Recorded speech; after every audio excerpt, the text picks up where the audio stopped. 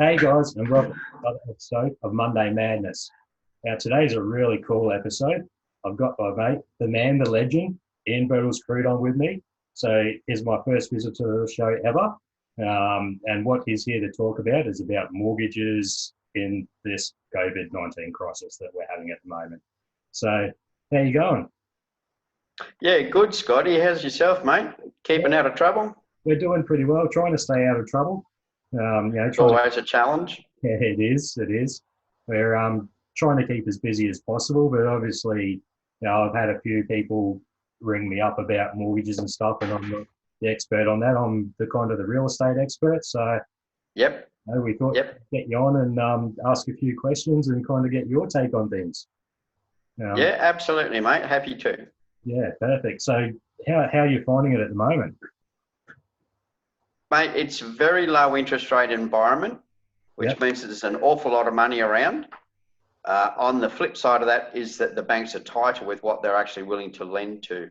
So say, for example, you were maybe doing some job that's not essential. You might be working in a warehouse for a little company that does, I don't know, sells screws or something.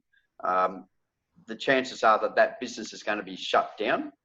So the banks are going, well, maybe we'll just wait until after you're sure that you still got a job after that period, and then we'll maybe lend it to you then. If you're an essential worker, like a nurse, doctor, police, it hasn't really changed because those sorts of people are always going to be there.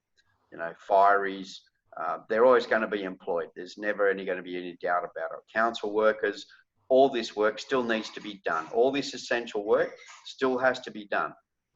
They don't really have a problem. It's more the other type of people, the normal people out there in the streets who are, look, they're still not going to stop lending to you. They just be a bit more cautious about it. Yeah, no, that makes Does sense. that make sense? Yeah, makes perfect sense. Yeah. So what do you think about? Obviously, we have a out of cycle interest rate cut. What's your take on that? Are there going to be any more, or is the RBA sort of had enough and it's going to be at its lowest? Well, they're sitting at 0.25% at the moment from the RBA. And a lot of people don't understand that the RBA just sets a line in the sand. That's it. Nothing more, nothing less. Yep, okay. What they do is they've sent out a massive amount of money out into the banks at the moment, and they've sold this massive amounts of money, these bonds, you might say, at about 0.25% interest rate, which is what their rate is. So they sell those to the banks, and the banks buy them in massive tranches of about 500 million each. So at $6 billion, you can see there's a lot of money going into the market. So that money is what the banks are now advertising for. Say, for example, one of the major banks is currently offering a rate of 2.39% as a fixed rate for 3 years. It's a bit of a gimme, you know, it's a gimmicky type of thing because their variable rate hasn't really come down. But what they're doing is they're really looking for people that's going to get stuck on that 2.39% because they know they've got it there for at least 3 years at that 0.25%. Does that help?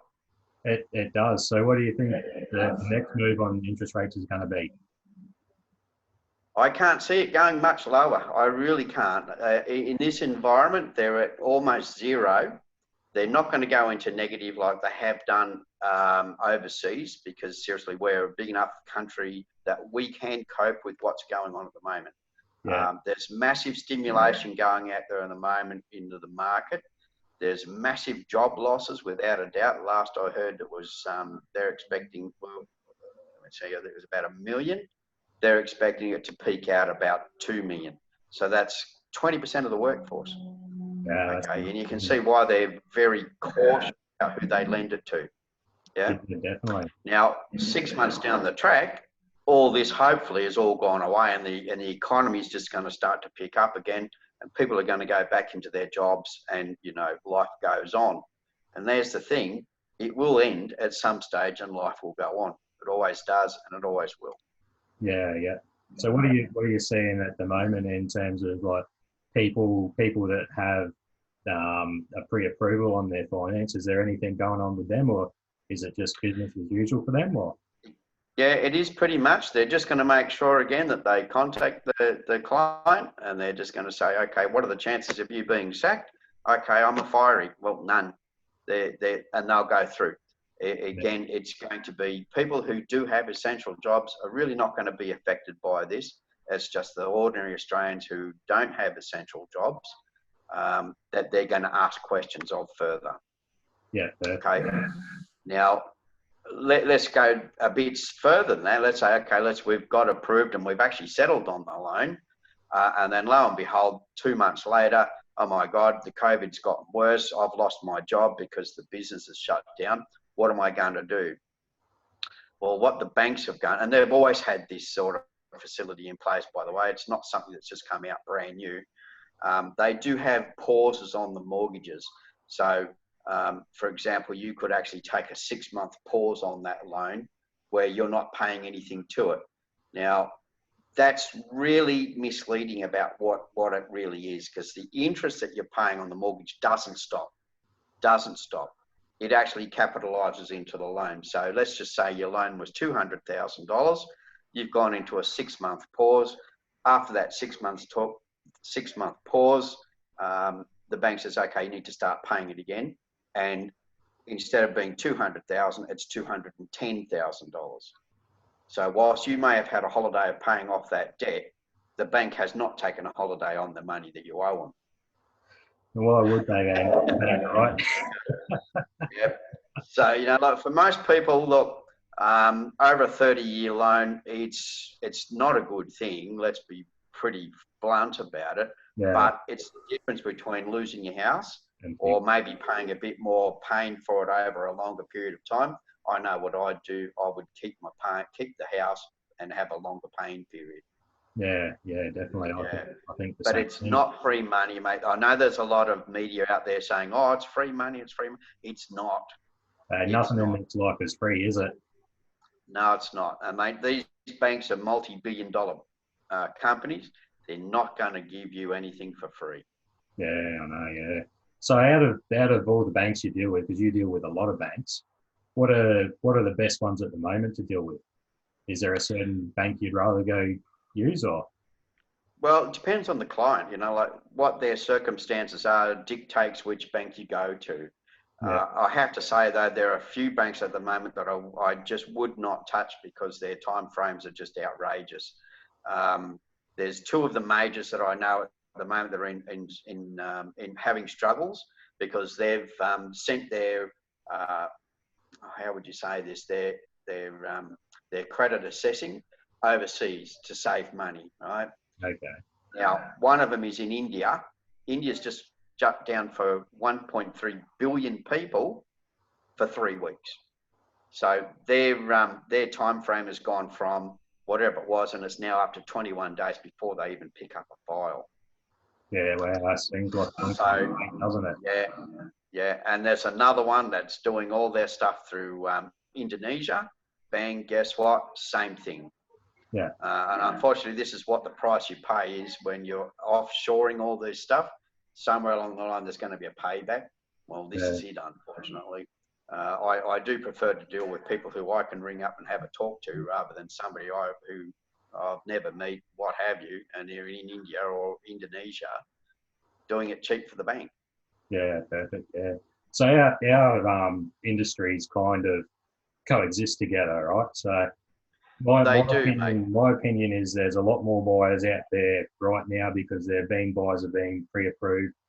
People are pulling their money out of the stock market and stuff to physically invest. I think those people, if they've done that, to be honest with you, there's getting out of the stock market, are probably cutting themselves off at the knee. We've seen this before. I mean, unfortunately, we're also a wealth management company. We've seen this stuff happen before. Those people that are selling up their stuff that happened to the same GFC back in 2008, they sold off because they panicked and they got cut off at the knees. They will never make that money back. That's lost. Whereas if they'd have ridden out the market, what again the media don't tell you is within 6 months the market not only rebounded but was actually above where it was before the GFC started. So all those people that had to retire and all that sort of stuff only stayed in their job 6 months longer and then retired then. Yeah, I 100% Give it agree. time. And the fact is, it's only the people with the money that are pulling out of the stock market because That's correct. they saw the downturn coming, so they've already pulled out. So they're kind of minimising a loss there. Well, what they're doing now is they're actually pouring back into the market because what was it? Yesterday it drew back 6%. The day before it drew back 4%. Yeah. That's those people going back into the market and making massive profits. Yeah, you just got to time it. And look, at the end of the day, it's not about timing. It's actually more about time in the market. Yeah, you put $10,000 in, like in 30 years' time, it'll be worth 300,000. It's just the way life works. And you're right. It always goes in cycles. So at the end of every depression, some people are saying there's going to be a depression. How long that lasts, I don't know. No one really knows. Or even if it happens, some people are saying it's going to be a boom pretty soon. At the end of the day, you can only do what you can do in the current market with the facts that you've got, right? So the way I'm seeing it at the moment is there's still a lot of buyers out there looking to buy property. Absolutely. Do you reckon that's going to be the same? Like you were saying, banks are putting harder restrictions on people and things like that. Do you think that's going to be the same in 2 to 3 months, or should people, like, if they need to, seriously consider selling now? Yeah, there's more buyers. Mate, it depends on the virus. Like if it disappears in the space of 6 weeks, well, like all those restrictions that they've put in place, and they're not lending. This is the thing; they're just a bit more cautious about what they're lending or who they're lending to. Yeah. You could be in a very safe prime position.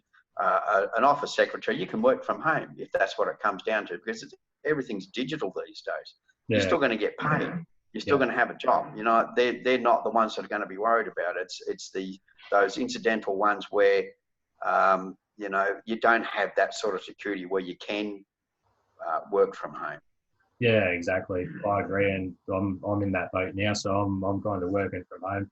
I've got processes in place now where, like, people don't even have to come to a property. We're doing 3D walkthroughs of houses so they can see exactly what the house is like. So that's basically that's super smart.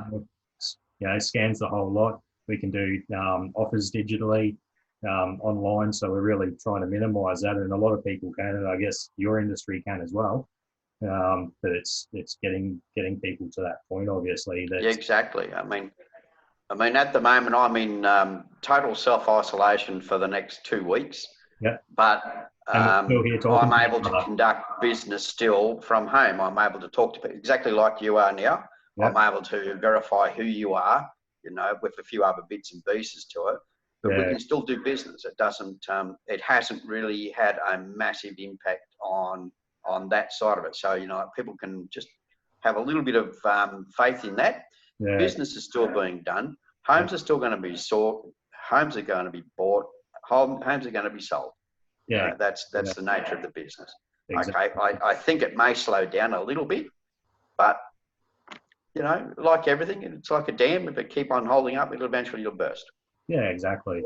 So, like, from your point of view, it's business as usual with a few little tweaks. Right. And that's it, and that's really what a good broker is all about, is to manage what's going on in the background. Who's doing this? Why are they doing this? Okay, what's the solution around it? Yeah, exactly. So, and both. So just a few little tweaks, and we're still good to go. Try to keep everyone safe, but also still getting on with business and making them deals happen for the people. Exactly. At the end of the day, life revolves around business. Your job revolves around business. It's not going to stop. It's not going to be the end of the world. And look, even at the very worst, okay, things slow down for a bit, they will pick back up again. Yeah, exactly. It's the nature of the beast. Yeah. No, perfect. I 100% agree with that. So, I think I've kind of covered everything I need to. Did you have anything else you wanted to cover, or? Mate, I think the most thing to remember is, like, for goodness sake, don't panic. There's no need to panic about anything, okay? I see so much stuff that's going on at the moment, and all of it can be managed if you don't panic, Even these people that may lose their jobs for these short periods of times, and unfortunately, it's a lot of the casuals who are a lot of the targets of what's going on. The businesses will get back up again, and you will get another job. Things will again get better. Just don't panic. Panic is the worst thing you can possibly do. On the wealth side of it, look, if everybody's super's copped an absolute smacking, I know this. Just stay steady. Just relax. It will come back sooner or later. It will be there. Okay. Just don't panic. If you sell up and get onto, that's an absolute loss you've just made. Definitely now it is. Yeah, for sure. Yeah. Look, by all means, talk to your broker, talk to your financial advisor, whoever is your person to go to. Talk to them, but just relax, because look, at the end of the day, again, it will bounce back. Yeah, 100% agree with you there. So just to recap on everything you've kind of spoken about, the majority of the banks, most banks are still willing to lend people. They want to do the business. All banks are still in business to lend money. And so yeah, that's it. Just make sure you're right in your job, and then you pretty much don't have to worry about anything else or the outside external factors, so to speak. For sure. I mean, like those people that are first home buyers, so they've got the grant, if they're buying brand new, they're still $15,000. The ones that are buying, used houses, they've still got the guarantee for the mortgage insurance from the government if they've applied for it and been approved. So how many of them spots are left? Well, the major banks sold all their stuff off within the space of about 24 hours. Okay. But there's still a lot of them available out there. There's one bank that I know of who's still got about 600 spots. Okay. Yeah. Another bank I know has got about 300 spots. So again, it's knowing who, and you can't get it off everybody. There's only a certain amount that's been allowed to have that. Yeah. It's knowing who's got what and when they've got it. Yeah, exactly. Yeah. And the pre-approval that goes with that also goes for 3 months. So it gives you time to actually get out there and find something that's going to suit you. Yeah, exactly right. So sorry guys, if you're a first homeowner, come see my man Ian here, and he'll hook you up with that. So, well, mate, you've still got those buildings over there at Waterford West and a few other places where they're brand new, never been lived in before. That's 15 grand straight in your skyrocket. Yeah, exactly. And and if you can get the guarantee, that's a lot of money. Yeah, that's that complex you're talking about. There's 17 in there. They're all brand new, freshly built. So like no one's ever moved into them. It's perfect for a first homeowner. And it is. And price-wise, already told a couple to first homeowners, but we've also got 3 with a rental guarantee as well. So the rental guarantees for 5 years for investors. For the investor, yep. Great stuff. Yeah. Yeah. Awesome. All right. Perfect. All right. Well, I think, that's about all we need. So thank you, man, for being the first person on my show. Mate, it's different. It's the first time I've done it. Yeah. Well, I think, I've been recording my own stuff through this and sending it out to the marketplace. And I think this is the way that it's going to go.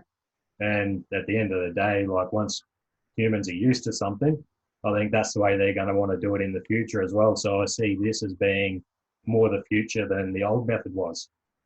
Well, I think it is too, mate. And look, to be honest with you, most of the younger kids growing up, this is life. Not the way we know it, but as the way they know it. And this is the way they know life. And this is the way they're going to interact with people.